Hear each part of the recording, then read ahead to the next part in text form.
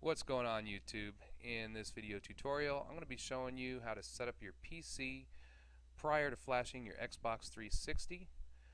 All the links are in the description for download. Now in order for JungleFlasher to work correctly, you're going to need a VS6421 chipset. Now if you have an extra port on your motherboard and your chipset is compatible, you can just use that. If not, you're going to need to buy a PCI controller card that has a VS6421 chipset. Usually on eBay they're about $12, so not too expensive. Alright, so the first thing we're going to do is go to the JungleFlasher folder. Make sure that you also download the firmware files. All the links are in the description. And you're going to want to go to the libusb folder and copy the file that's in there. And you're going to want to paste it right in here. And you can see mine's already pasted in there. Otherwise JungleFlasher won't work. Then right click on JungleFlasher exe file, go to Properties, Compatibility, and run the compatibility mode for XP. Also tick mark the run this program as an administrator always, so that you don't have to right click like this and run as administrator every time you open JungleFlasher. Now the next part, we're going to be removing the VIA drivers for Windows XP, Vista, or Windows 7. You don't need to do this if your main hard drive is on the VIA SATA card or if your VIA chipset is on board, like not a PCI card.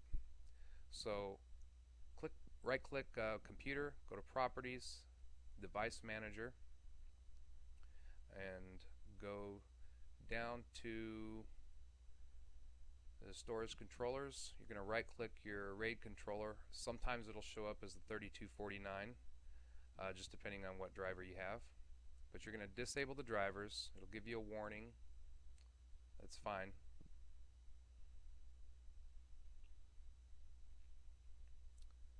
Then you're going to want to go to this location. You're going to go to Computer, C, Windows, then go down to System 32,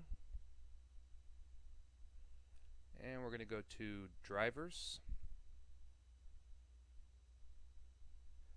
and you're going to go down and you're going to find your file.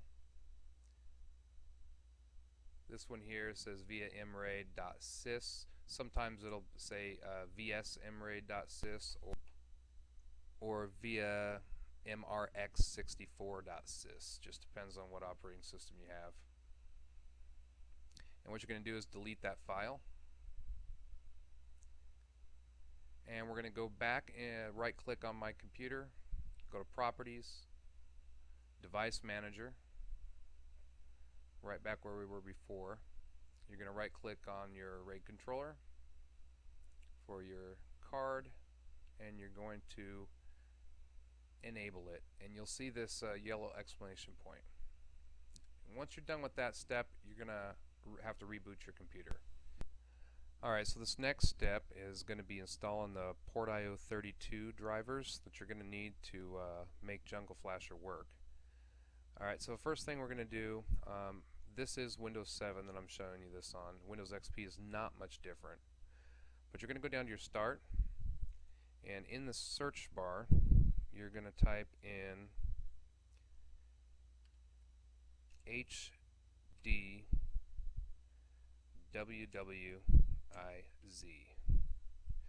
First thing that comes up is right here.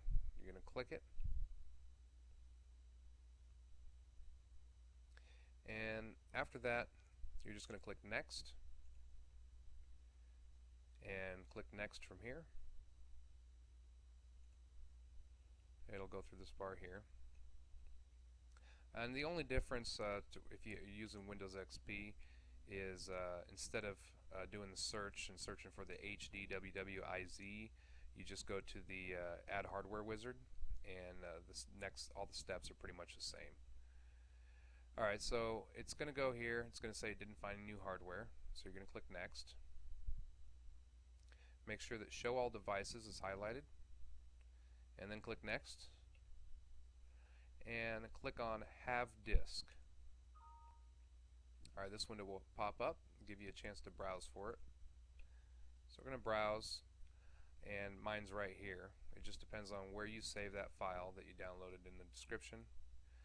Like I said, I put mine in JungleFlasher usually, and then I just keep the folder in there so I have it. Just click on that and click OK. This will come up. It'll say Xbox 360 device driver. So go ahead and click Next. And then you just click Next to start installing it. Once it's done, it's installed, and now your Portio32 drivers are all set up for JungleFlasher.